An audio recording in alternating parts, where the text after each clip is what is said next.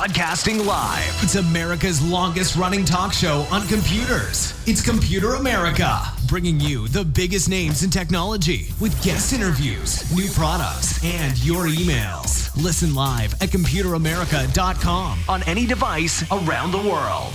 Email the show at live@computeramerica.com or find us on social media. Be sure to check out our website for contests, giveaways, show notes, live video stream, podcasts, and more. You're listening to Computer America.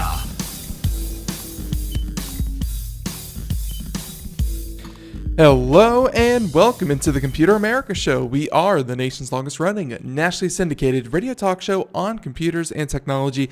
Thank you for joining us. I'm your host, Ben Crossman, and I hope all of you are having a great day because we have a great day for you here on the program. So today, just to be upfront, no guest today, but that's okay because the past couple of days we have not been able to do computer and technology news. We definitely like to catch up on that, and so hey, this is as good a day as any to do just that. So today on the program, a full hour of computer and technology news brought to you by OWC. And we're going to get into that. We have a bunch of stories that we want to get to. I think the first one we're going to in just a minute is a story. Okay, so in the United States, we have something for, all right, you know what, we'll get into that. But the first story is about a DNA testing service that said that, dogs have First Nation ancestry in Canada. So obviously, not possible. So we'll get into that. Other news includes Chicago has picked Elon Musk to build a high-speed tunnel, and Microsoft wants to team up with Walmart. Some pretty big stories and a lot to get to. So a couple of things before we get started, including computeramerica.com. That's where you'll find everything and anything having to do with today's show. So be that you want links to any articles that we do, if you want a link to our guest website, which is today no one, but or if you want to enter our social media contest brought to you by Logitech, or if you want to check out the live video stream, you can always check that out at twitch.tv/Computer America, or we have a rebroadcast of it up on our website right there. So, all that and more at our website, and you could definitely check that out, where we also do reviews and we do, articles, opinions, things like that. Hey, it's fun, and we'll let you know when we put new stuff up so you can follow along. All right, so with all that out of the way, why don't we go ahead and get started with computer and technology news? And again, brought to you by OWC. Here we go.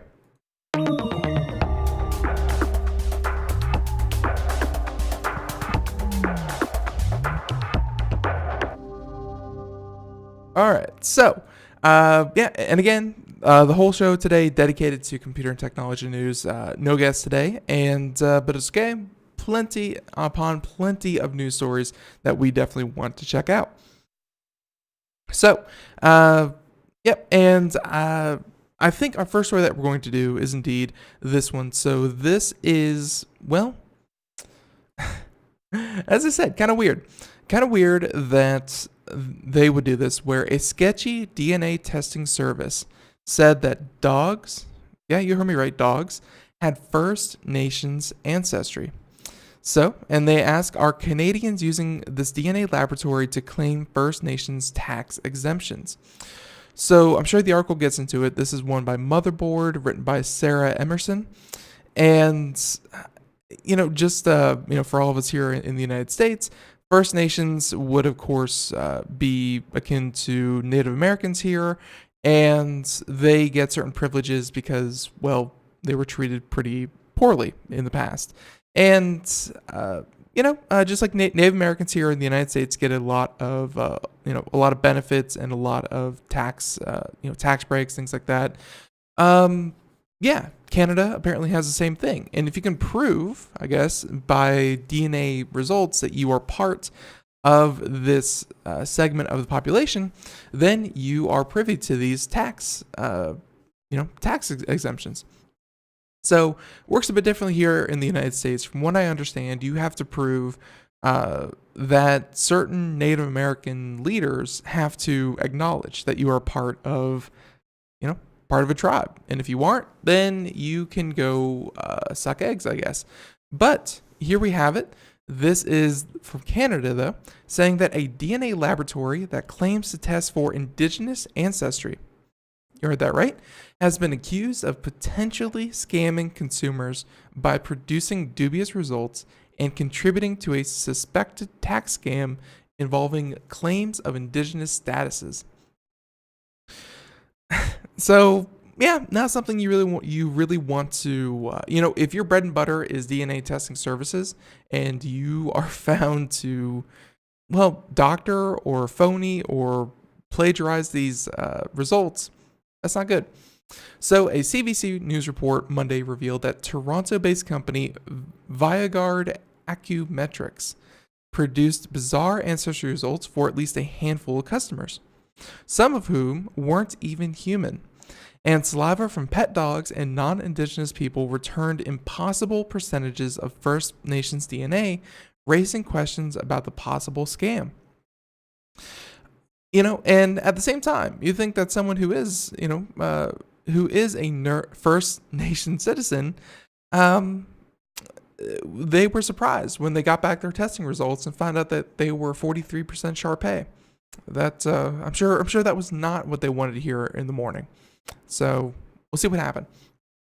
So according to the CBC, customers are using Viagard Acumetrics results to obtain cards that resemble official certificates of Indian status, but are not actually recognized by the government from a third-party organization. And they said that some customers are using these cards to obtain retail tax exemptions designed for indigenous peoples that are not entitled to under the law. Tax scam. Always a goodie. Always a, always going to bring out the people. So they said that one resident of Quebec submitted 3 oral swabs to Viagard, 2 from himself under different names, and 1 from Snoopy, his Chihuahua. And and by the way, Snoopy was not simply Snoopy on the DNA test to tip him off, but rather using his son's name instead. So they said that the test results returned were identical to one another. So again, 2 for himself under different names, and a third one being his dog's saliva swab. I don't know. I get a weird sense of satisfaction picturing this dude grabbing his Chihuahua and just prying its mouth open and just swabbing his Chihuahua and being like, I'm gonna figure out this whole Viagard situation. And a Chihuahua led to the results. So they said that they had unique genetic markers were each 12% Abenaki and 8% Mohawk. So all in all, 20% Native American or Indian. And he said that I heard some things were not straight with these tests. And another Quebec resident sent DNA samples of his pet dog Molly to Viagard for testing and told that his pooch had 5% indigenous genetic heritage. I don't know if this is like one of the situations where, like, I don't know, there's something on the lens or they're not cleaning it between swabs, but native DNA is not as common as I guess these testing services are making them out to be. So they said that they have used pages that detailed its variety of DNA tests for First Nation, Métis, and Native Americans based on a sample comparison to a proven member of the group. And each identifies specific tribal linkage. So this is actually a problem with DNA testing. And it doesn't come up much because they don't want you to think that, oh, we don't have a handle on this. But think about it this way. A DNA test is only as capable as the amount of data that you have to put into it. And that's okay. If you are, let's just stick to America. If you are of Irish descent, that's why so many people get test results coming back that they are Irish or Scottish or German or, Mexican or, certain parts of Africa.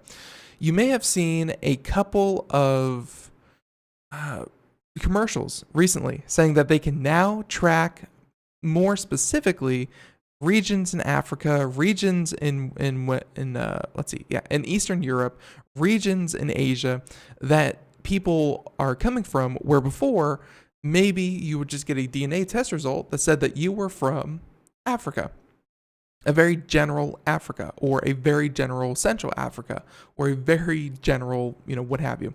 It wasn't very specific, and it's because they didn't have enough DNA data to specifically link, hey, this person's markers are super similar to someone from Ghana as opposed to someone from the Congo. And as these things improve, you're going to be able to drill down and get to where people are actually from. This is why if you send a DNA test in and you do have someone, or you do have some DNA that is maybe from a Native American tribe or Polynesian tribe or something that's a bit more unique, for lack of a better term, it's not like a much smaller group that still you try to say that you're a part of, they're not going to be as accurate in identifying those markers because there's tons of markers for the larger populations, but the smaller ones, much, much harder to do, which is why it's weird to think that the small Native American Indian populations of Canada would show up so readily in everyone's DNA, especially dogs. First of all, hey, they're dogs. Dogs should not have any human DNA in them whatsoever. That is just blatantly sending out the wrong test results. So they said that, and they said that Vigard's website, so they use DNA to test for tribal linkage, but obviously something has gone awry. Vigard is reportedly connected to the Confederation of Aboriginal People of Canada, a group that claims to represent off-reserve Indigenous people, but isn't recognized by the Assembly of First Nations or Canada's government. So they're trying to claim some legitimacy, but at the same time, not so much. So they said, but does not confer any status under law for an additional $80. So this is something that obviously they're upselling people, saying, hey, we'll test for First Nation DNA, and odds are it's going to come back as such. Weird. So CBC News tested the DNA of 3 employees who were not aware of any genetic connection to Indigenous peoples in North America, and each of them, according to Vigard, possessed 20% First Nation DNA. And meanwhile, swabs sent to 23andMe, a popular genetic ancestry service, produced 0 Indigenous DNA. So, pitting 23andMe against this other DNA service, widely different results. So scholars consulted with the news organization, and they were skeptical of Vigard's services. And many of the genetic experts agree that consumer DNA tests can't reliably say that someone belongs to one Indigenous group or another. And as they pointed out, Indigenous identity is more complex than a number, saying that being a Native American isn't just about having an ancestor among the founding populations. So, with that being said, samples submitted in this matter may be useful from an informational perspective, but do not meet standards of forensic scientific validity required for a legal test, nor are they intended to unless collected appropriately. So essentially, they're saying, hey, DNA test, consumer DNA test, they're something that you can use. They're informative, especially if they're from a reputable service, but under no means are these consumer-grade DNA tests meant to be anything but a source of information. They do not give you any kind of legal claim. They cannot be used for tax exemptions under First Nations people, anything like that. Hey, it's just not what you do. So there you go. That's the story. And again, at the heart of it, it was the idea that, well, someone submitted their dog Snoopy's DNA, who was Chihuahua, and turned out a Chihuahua had a large proportion of First Nation DNA. Weird stuff. So hopefully they get to the bottom of that. Obviously, they're faking some of their testing results. And yeah, again, if you have heard of them, ViaGuard Acumetrics, do be careful if using them. They're in for a lot of trouble. So with that one being said, let's go ahead and move on to our next one for the day. And all right, how about this one? Credit where credit is due. I'm often skeptical about companies that claim 100% renewable energy, or, what's their angle? What are they getting at? But at the same time, if we give them undue kudos, is that not at least something to, encourage this kind of behavior? Even if they get undue kudos, isn't it something that we can say, all right, we're glad that you are going for 100% renewable energy in some sense. So that's the nature of this article. This one coming to us from Engadget, Miss Rachel England, and saying that Samsung targets 100% renewable energy by 2020. Not half bad. And so it said that Samsung has announced plans to power its US, Europe, and China operations entirely by renewable energy sources within 2 years. And saying that it's already making good on its sustainability commitment in Korea, where the company is installing 42,000 square meters of solar panels in its digital city, and is working on generating geothermal power at Pyeongtaek campus in, I am horrible with these names today, Pyeongtaek campus and Hwaseong campus by 2020. Not that bad. So they said that it's an ambitious but achievable goal, where no doubt spurred by the environmental credentials its rivals already boast in the area. Apple says it's now powered entirely by renewable energy. Google is offsetting all of its operational energy through wind and solar, and T-Mobile is already announcing plans for 100% renewable energy by 2021. It makes financial sense, given reports that renewables will likely be cheaper than fossil fuels in just a couple of years' time. And Samsung has some catching up to do, but better late than never. That's right, better late than never. And better that they, kind of do it at all. So, as I said, a couple of companies are already doing this: Apple, Google, T-Mobile. And it does make sense. There's a higher upfront cost, but if you have the capital on hand to spend, if you have the money to go solar, or to offset your energy using wind, solar, geothermal, tidal energy, things like that, then you will get a lot more in return. Not only are you going to be saving money, as they said, in a couple of years, because you get your initial investment back by paying lower for energy, but above that, you have this public goodwill that I think a lot of people wish that they could go renewable energy. I think a lot of people wish they could go off the grid, but just can't. And if a company says to their customers, hey, we are aligned with you on that, on that perspective, that's just going to be good from a marketing standpoint as well. So again, Samsung, 100% renewable energy by 2020.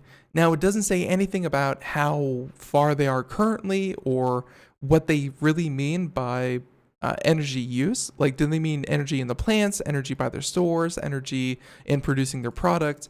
There's a lot of ways that you could take this and spin this. But as I said, it's always nice to encourage companies when they do something good, especially for the environment. So good for you, Samsung. All right. There's that one. Not much to that, but that's okay. All right, how about this one? So a couple of years ago, a decent number of years ago at this point, but there was something called unlimited data and unlimited plans. And Verizon was one of those companies to offer unlimited data plans for their mobile customers. Yeah, I don't know if the accounting department did, or if the IT department did, or what department said, hey folks, over in marketing, you have this thing called unlimited plan. Turns out people are using it without limits. That's awful. And they have since tried every which way to either get people off of the plan, or to switch plans, or to limit the unlimited plan. And looks like they're changing it up once again. So Verizon makes its unlimited plans even more complicated. So here we go, from Rachel England, saying that you can mix and match your way through higher than average prices. And here we go, saying that in a move that is somehow both incredibly simple and bafflingly complicated, Verizon has launched a new unlimited data plan and is shaking up the way its family plans work, where the carrier, which seems to have a very loose understanding of what unlimited means, has introduced an above unlimited plan option. So, you heard that right. It's in quotes, and it's called above, ABOVE, above unlimited plan, which it's like saying above infinity. But yeah, okay, let's keep going. Which is apparently more unlimited than the existing Go Unlimited and Beyond Unlimited plans. And it's pretty pricey. So you think any service that would have the term unlimited, you wouldn't need to qualify it with Go, Beyond, or Above. But, yep, here we go, Verizon. Let's see what you have planned for people. So, and if you're watching the video portion, there's the chart right there. You can go ahead and eyeball while we go over the story. But, yeah, let's see what happens. So the new data planning, the new plan includes unlimited data with up to 75 gigs for HD video, 20 gigs of mobile hotspot data at LTE speeds, 5 travel passes, which each offer a day of international data usage per month, and 500 gigs of Verizon Cloud service. So prices range from $60 to $95 a month, a bullish price point given increasing competition offers from Verizon rivals, where Sprint recently introduced an unlimited plan for just $15. Of course, you have to look at that and see what they mean by unlimited, because obviously no one in the industry seems to think that unlimited should ever mean the strict dictionary definition of unlimited. So now that there are 3 unlimited plans in the mix, family plans just got a bit more complicated because Verizon is introducing a new mix and match model. And the company concedes that a one-size-fits-all approach isn't particularly useful for families that have different needs. So from June 18th, you'll be able to choose the appropriate unlimited plan for each individual family member. So I kind of see what they're getting at. And, again, you can see the pricing chart here. So obviously, if you get like 4 lines, two adults, 2 kids, and so 4 lines, and let's say the parents aren't much into,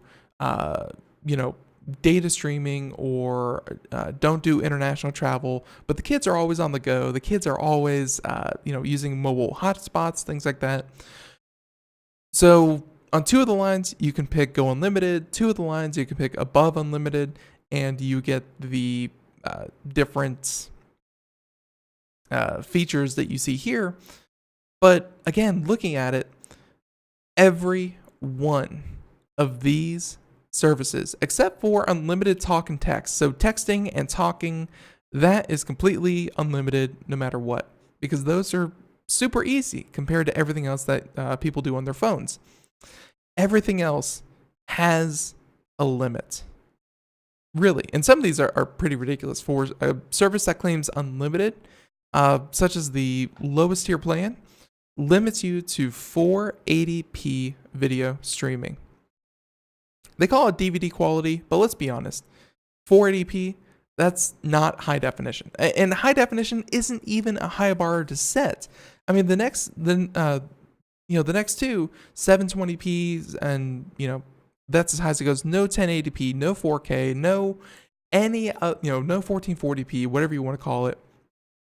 There's just a lot of limits for something that has the word unlimited plastered all over it.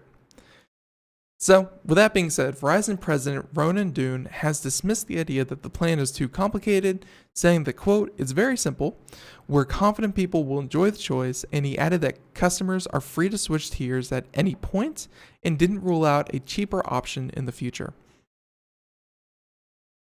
I'll be honest with you. Looking at these prices, go unlimited, beyond unlimited, above unlimited, the only option if you want to go cheaper that I can think of, and if they do this, Verizon, if you're listening, if you offer a cheaper plan with more limits, you have to, instead of go or beyond or above, you have to name it not unlimited.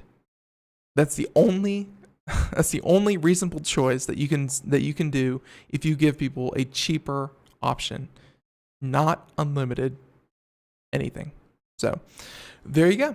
All right. So if you use Verizon, if you were thinking about switching to Verizon for their unlimited data plan, just know quite a few limits. And yeah, you could definitely check that out. So there's that one. We have time to get into one more story before we go ahead and switch on over to break. Let's go ahead and talk about... All right. Might as well get into this one. No time like the present. And it's a meaty issue because we here in the United States, we just lost net neutrality all over. You may have heard about that. We talked about it often enough here on the program, and we talked about the implications of that. Well, now we're going to be talking about the implications of another set of laws being, considered to put into place. The problem, though, at least for us here in America, is that this time it's happening over in Europe and the European Union. And turns out, like a lot of legislation lately, it's just a bit overbearing. So let's go ahead and get into this one, and we'll continue it on the other side of the break. But everyone should know about this because it's something to definitely keep an eye on. Europe's new copyright rules are like YouTube's content ID system for the entire internet. And yeah, YouTube, they have some pretty stringent implies a level of they're being very disciplined, but that's not the right word. Overbearing. YouTube has some very overbearing content ID systems that can be abused very easily. So for Europe to want to put that on the entire internet, that is a catastrophe waiting to happen. So this is coming to us from Cory Doctorow, and saying that it's the end game for Europe's catastrophic upload filters, and time is running out. So Europe also had upload filters. They also had porn blockers. They also had content identification that is very, very loose definitions of who owns data, things like that. And they said that under the provisions of Article 13 of the new EU Copyright Directive, any service that allows users to post text, sound, or video for public consumption must implement a copyright filter that checks to see whether user contributions match known copyrighted works. Works that match the filter are censored. So obviously, that would apply to everything from Facebook to Reddit to YouTube, of course, to really just anywhere public discourse happens. They would have to implement a copyright identification system. We'll get into why that's bad and why that's really kind of impossible to do when we come back from the break. So everyone, stay tuned. More Computer America, more computer and technology news right after this. And by the way, tons of stories. Everyone, stick around.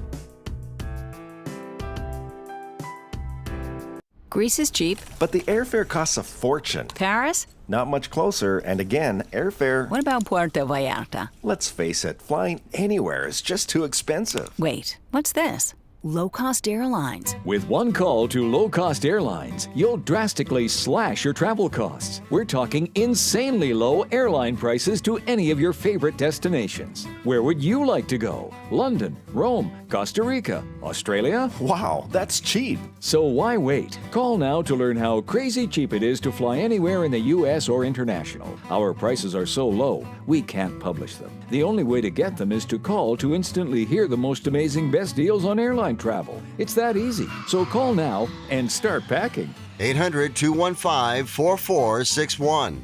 800-215-4461. 800-215-4461. That's 800-215-4461. We are all Brother Wolf. 10 years ago, a group of locals banded together to create positive change. We took animals into our homes, held adoption events at local retailers, and talked to the community about our mission to help build a no-kill Asheville. A decade later, we have achieved so many victories for animals in need. There's been so much progress, yet there's still so much to do. As part of our year-long celebration, we encourage you to become a member of our special Compassionate Circle program. With a monthly donation of $10 or more, you will have behind-the-scenes access to the work we are doing at Brother Wolf. Our goal is to reach 1,000 members because we receive no government funding. Working together, we can help build and sustain no-kill communities. Learn more at compassionatecircle.bwar.org. We are a 501c3 tax-deductible organization.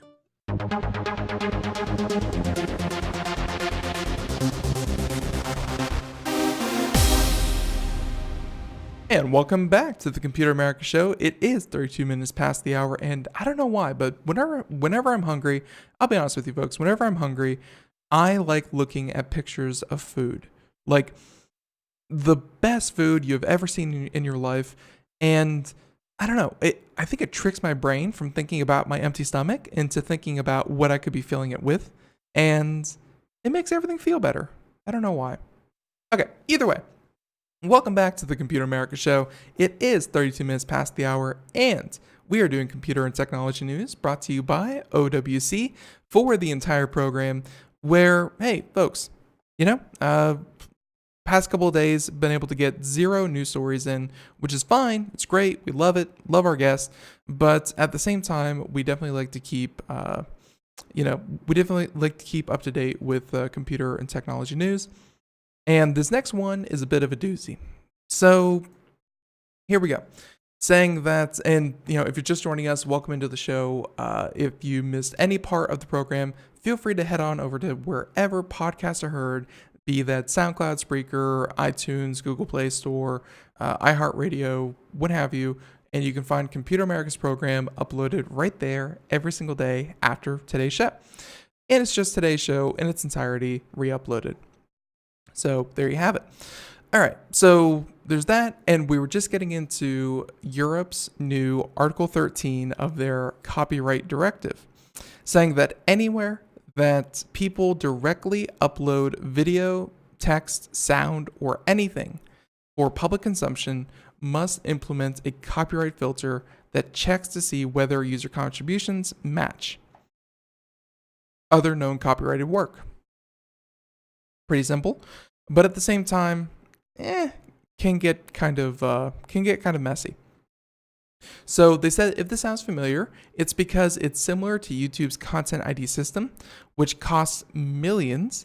And they said that, or at least YouTube in 2016 said that it spent about $60 million on maintaining Content ID and is hated by everyone, which is certainly the case because it's happened here on the show where things are falsely identified as copyrighted material and they're taken down and you have to fight this whole legal process that I'm sure even YouTube doesn't want to initiate.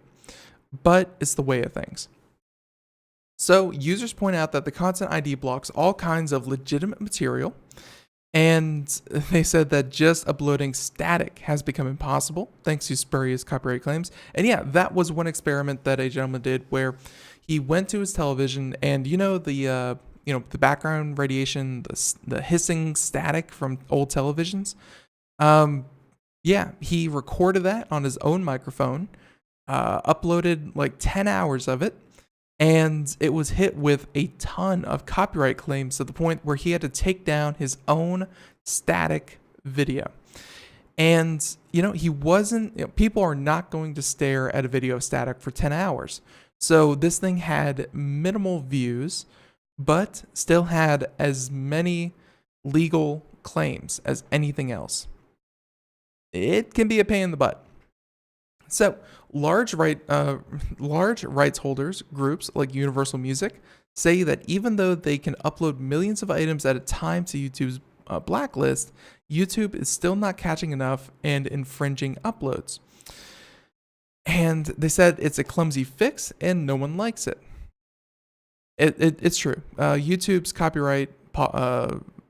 the copyright content ID system, if this is what they're modeling it after, or they're hoping to model it after, it's not working.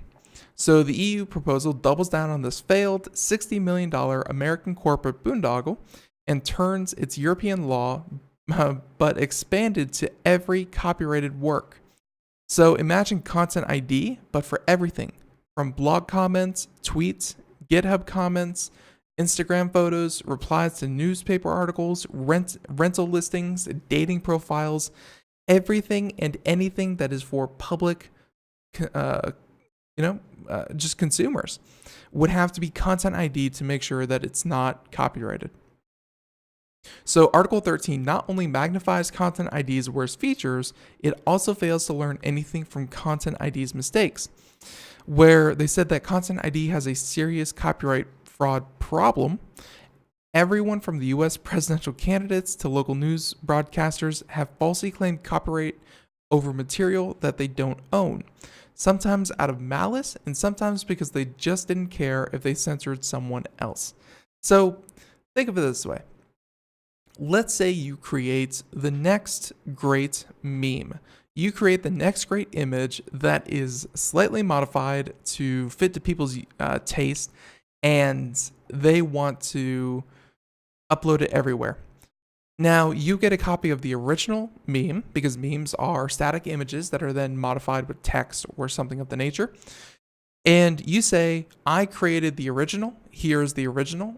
Anything that closely resembles this piece of work that I claim is mine, everyone has to take it down. And I know memes seem like a silly thing, but that can go from everything from parody work to news organizations reporting on things and then rehosting those images, things like that. It gets very, very quickly. You can get situations where you don't know clearly who owns the copyright, and if you're erring on the side of safety, which these laws would have you do, you just take everything down. It would really hinder public discourse. So, under the proposal, they said that there are no penalties for copy fraud. You could upload all of Wikipedia to WordPress and claim it as your own, and every WordPress site that had ever quoted Wikipedia would be instantly censored and would stay censored until someone could convince WordPress that you didn't hold the copyright to all of Wikipedia. Or you could upload the whole Getty image catalog and no newspaper would be able to tweet stories that include Getty photos. And they said that the opportunities for mischief are endless. And it's true. Because, again, it's been $60 million of YouTube's money to work on the Content ID system just for YouTube. And admittedly, YouTube is a huge website. It's a huge website with a lot of content. But as compared to the internet as a whole, it doesn't hold a candle to the amount of people who are putting up content left and right. So the article goes on for a bit. I don't think we're going to get into this, but it really showed, I think the author made a great case as to why this is already a problem. the article continues saying, how this can further be abused or how this is just not really going to work. But suffice to say, this is not the way that you get copyrighted material out there. One solution that I really did like, and I hope more places actually implement it. So let's say we played copyright material here on the program. We don't, but hey, let's say we did. If you upload that to YouTube or to Facebook or to any other of these large places where, companies actually care about protecting their copyright, they go about and actually mute that part of the video. So if I'm talking over music or something like that, it would mute the music and it would mute everything else in between. Okay, that's obviously leaving a lot of videos not intact. It's depriving everyone of the enjoyment, and really, especially in a lot of cases, who's it hurting? One system that I definitely like, and I hope that more places do it, where this really only applies to music for now, unless they really get good on their video and picture identification, but it's a system that in the footnotes, either on the video, below the video, in the video, somewhere, if you played, let's say a really famous song, let's say Katy Perry's Fireworks. In the video, on the video, below the video, it would have a link to a store where you could go and purchase that, and it would claim that the song currently playing is Fireworks by Katy Perry. Something like that, where the video and the content gets to stay intact, but the copyrighted material gets used, but then used as an advertisement. That seems okay to me. I wish more places would do that. And, hey, I hope that they really work on something that highlights content instead of ripping it away from people, but just pointing it out that, hey, you are enjoying XYZ instead of taking away XYZ and no one hears anything ever. So, yep. Well, so just have to wait and see with Europe what they do, what the European Union kind of claims. I'm sure you've heard of the GDPR currently working its way through the system. That has far-reaching implications as well. So if they pass something like this, it would be the exact same. So, yep. Again, keep an eye on it. We'll be sure to keep you abridged of it as well. All right. So there's that story. Let's go ahead and let's see. We have time to get into one or two more. All right. I definitely want to get into this one. So Sony, you may have heard of them. They make this thing called the PlayStation. They make this thing called the PlayStation Network. And it's a network where you go to play games with friends. For the past couple of years, Sony has been killing it in the console war. This quote-unquote idea that Xbox versus mostly Sony versus kind of sort of Nintendo, although Nintendo, sometimes it feels like Nintendo doesn't even think there's a console war. It just thinks that they're just console friends. But at any rate, Sony has been kicking butt in the console war, which means that Sony has had little to zero incentive to actually cooperate with others in other areas. So it was all kind of, people were kind of like, okay, this isn't fun or whatever. It's a sticking point, but it's not the end of the world. Well, I guess when you mess with Fortnite, that's when it becomes the end of the world. And if you don't know what Fortnite is, where have you been? You obviously don't know anyone under the age of 14 because Fortnite is everywhere. Well, this comes to us from the BBC saying that Sony faces growing Fortnite backlash at E3. And so what had happened was Fortnite claimed that it was cross compatibility. So that you could play, let's say if someone had mobile Fortnite, you could play with a console player and you could play with a PC player all in the same party. That's something that few to almost no games have the ability to do. but it was a great point. A lot of people liked it. And up until this point, there were really no restrictions. The only restriction there was that a Sony player, a PlayStation player, could not play with an Xbox player. But a PlayStation player could play with a computer player, and a computer player could play on a PlayStation player. That's all cool. And another cool thing was that you could take your account and use them interchangeably. So you log into the same account, use it on PlayStation, and then log onto a computer, play it on your computer, and then log onto your phone, play it on your phone. Make sense? Good. Well, here's where the problem came up. At E3, they showed off a couple of things, and one thing that they did that really made a lot of people mad and is still unresolved up until this point. Let's say you played on PC for 99% of the time, and then one day you're over at a friend's house, they have a PlayStation, you want to play with your character, with your skins that you paid real money for, and you played on PlayStation once. Well, what PlayStation decided to do was to lock it down, and if you ever played on PlayStation, they made it so that you cannot use that account on mobile. You cannot use that account on PlayStation, on PC or anything in between. It was locked to PlayStation. That's it. So they said that gamers have discovered that if they had first played the title on a PlayStation console, they were unable to use the same Fortnite account with the newly released Nintendo Switch edition, and that this prevents them from being able to make use of outfits and other in-game purchases and rewards they have accrued. And they said that there was no such limitation when moving between the Xbox One and Switch. So, gamers were already unable to share a Fortnite account between Microsoft and Sony platforms. So, they say that, let's see here. And the problem is that Fortnite is insanely popular. Like, really popular.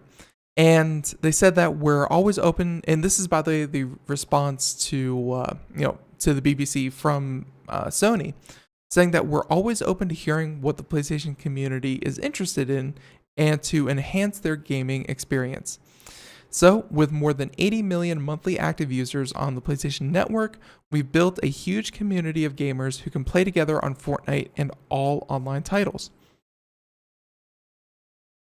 Essentially, it was their non-answer to say, if you want to play online and you have a Fortnite account that was originally with PlayStation, then hey, stay on PlayStation. We have the biggest online community. Why would you even want to go anywhere else?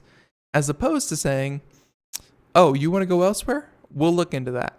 That's not what they said. So they said that we have nothing further to add beyond at this point.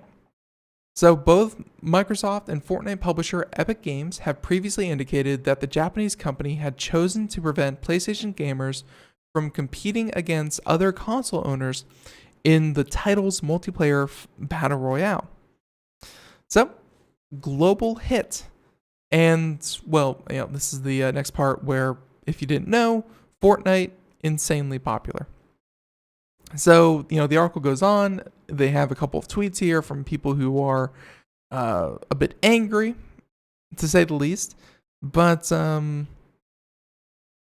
yeah, I think we're gonna have to leave that one there. But suffice to say, Fortnite, hugely popular. And Sony is, again, flexing its muscles to indicate that, hey, we don't have to play nice with other people because we are the biggest guy on the block. So some people are getting a little bit miffed. There you have it. So, all right, there's that one. Let's talk. All right, so I'll admit it. I'm a bit sucker for Elon Musk news, and let's go ahead and get this one out of the way. All right, so there's this one, and then there's also this other one. So let's do the good news first, and then the bad news. So the good news is this one coming to us from Inverse, saying that the Boring Company, and the Boring Company is a company also founded by Elon Musk, And boring in this sense indicates not so much, like a sleeper fest, but the boring company indicates that they will be boring underground or drilling or creating tunnels underground. Well, here we have it. News out today that gridlock traffic in Los Angeles inspired Elon Musk to start the Boring Company, which was his answer to the subway. But it appears as if Chicago will be the first big city to host a highly trafficked Boring Company tunnel. And it's a major vote of confidence for Musk's unproven enterprise. And for Chicago, it's a hopeful step towards a future without soul-crushing airport traffic. So, yeah, this was this was proposed for Los Angeles. And what they were thinking with the Boring Company was that they would use this giant boring machine to cut one long continuous tunnel out of the bedrock underneath city roads, underneath people's houses, everywhere in between. Like when you want to talk about drilling tunnels underneath established cities, it's one of the hardest parts of infrastructure you can imagine. Because putting up a building, you only have to worry about that one plot of land. This is going underneath tons and tons of people's homes and lives, and public safety could definitely be at risk. So they want to bore underneath people's houses and go directly from the airport to downtown in one continuous loop. Not a hyperloop, but a loop where it would simply just be high-speed transit, and they would shuttle people again between downtown and the airport, hopefully cutting congestion for the roads in between. Because hey, you can have a straight shot. So the office of Chicago Mayor Rahm Emanuel has announced that the city picked the Boring Company to build and operate an express service transport system between O'Hare International Airport and Block 37, which is an urban mall in the Loop area of the city's downtown that's also home to one of the busiest transit hubs in the L. So, yeah, Musk's system consists of 16 passenger pods that travel through one of two underground tunnels, one that will accommodate each direction, and the pods are promised to depart every 30 seconds. So this transformative project will help Chicago write the next chapter in our legacy of innovation and invention. And they said that the project route travels northwest from downtown along public way alignments, but the actual route will be finalized during contract negotiations, and it will cost about $1 billion. So $1 billion, that's quite a bit to, of course, invest in something that is, up until this point, unproven. But at the same time, if they can deliver on this, from what I heard, the Boring Company isn't just looking for places in the United States, but this is going to be something that countries all over the world would be looking into. So again, this isn't a hyperloop being a, kind of like a tunnel or maybe an above ground vacuum tube that would zip people along at 700 miles an hour. That's not this. This is simply a tunnel cut out from the bedrock and put into place high-speed pods that would chauffeur people from one area to the next every 30 seconds. And, they still be fast. They still be 80, 90, 100 miles an hour. And by the way, actually here in the article, they say 100 miles per hour for the Chicago pods, resulting in 12-minute trips between the Loop area of downtown to the airport. And by car, they say that takes about 21 minutes in good condition. Although, as they said, it's one of the highest congested areas, so good conditions probably don't happen that often. So it cuts the trip in half, and even longer if you have to fight traffic. So in Los Angeles, Musk told people at a gathering for a different Boring Company proposal that he has plans for a tunnel there too, that fares would be less than a bus ticket or about $1 a ride. And in Chicago, the trips would cost between $20 and $25 per ride. So still expensive, but probably cheaper than a taxi. And faster. Again, faster and cheaper than a taxi. I guess that's their hope. So the Boring Company beat out one other finalist for the project to solve the city's bulging traffic problem for downtown to airport trips. And some 20,000 people a day move between the 2 points, and the city projects that the figure to grow up to 35,000 by 2045. So almost doubling in 20 years. It's good to see that they're definitely, taking this seriously. So, we're going to go ahead and, kind of leave that there. It goes through, some of the other proposals, but, hey, contract negotiations have to start, but they've won the bid, and now you get into the nitty gritty and see if, hey, the Boring Company can actually do this. So there you have it. So there's the good news from Elon Musk. Let's go ahead and get to the bad news, where they said Elon Musk, in search of profit, cuts Tesla's workforce. So, this has been a problem with Elon Musk and Tesla for a while now. They have a very rocky relationship with employees, where people who work there, especially at SpaceX, I know that Tesla isn't SpaceX, but especially at SpaceX, people really enjoy their job. Tesla, despite some worker condition complaints, about the same. People definitely, people are definitely enjoying their job. But Elon Musk, he has some hard reality to face, including the fact, as this article from the New York Times starts out, saying that Tesla has lost money every year since its founding in 2003. But Elon Musk is pulling out all the stops to end that streak. And in the latest sign, Elon Musk said Tuesday that Tesla would reduce its workforce by about 9%, or about 3,500 of its 37,000 employees, and as part of a company-wide restructuring.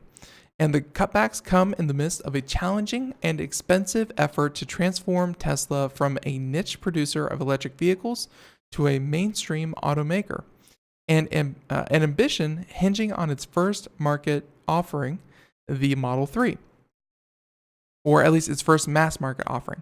So, okay, and we're pretty much flat out of time. Just know that Tesla is running into some profit problems. The thing with it is that Tesla had a recorded loss of about $800 million in the first quarter, and a revenue of about $3.4 billion. And the company consumed $7.45 million in cash, which was up sharply from about $112 million in the previous quarter. All indications show that Tesla is burning through money like crazy, and beyond that, they're having harder and harder times finding people who will loan them money. They're, just recently, they cut Tesla's credit rating in March to almost junk stock. So, Tesla, it has this feeling of wonder and excitement because Elon does a lot for it.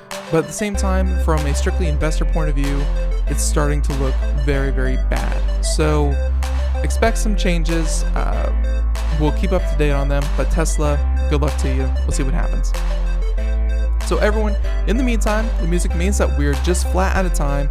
Thank you so much for tuning in to Computer America. Happy that you could join us, and be sure to tune in tomorrow where, we'll see who's going to be the guest. Don't have time for it now. But until next time, everyone, have a great day. Thank you so much. And again, if you missed any part of today's show, feel free to check out the podcast version wherever podcasts are heard. Oh, also be sure to check out computeramerica.com. And hey, check out our reviews. We did a recent review of an ATEN product. You should definitely check that out. And we also did a review of an OWC hard drive. So everyone, until next time, have a great day. Thank you so much. Bye-bye.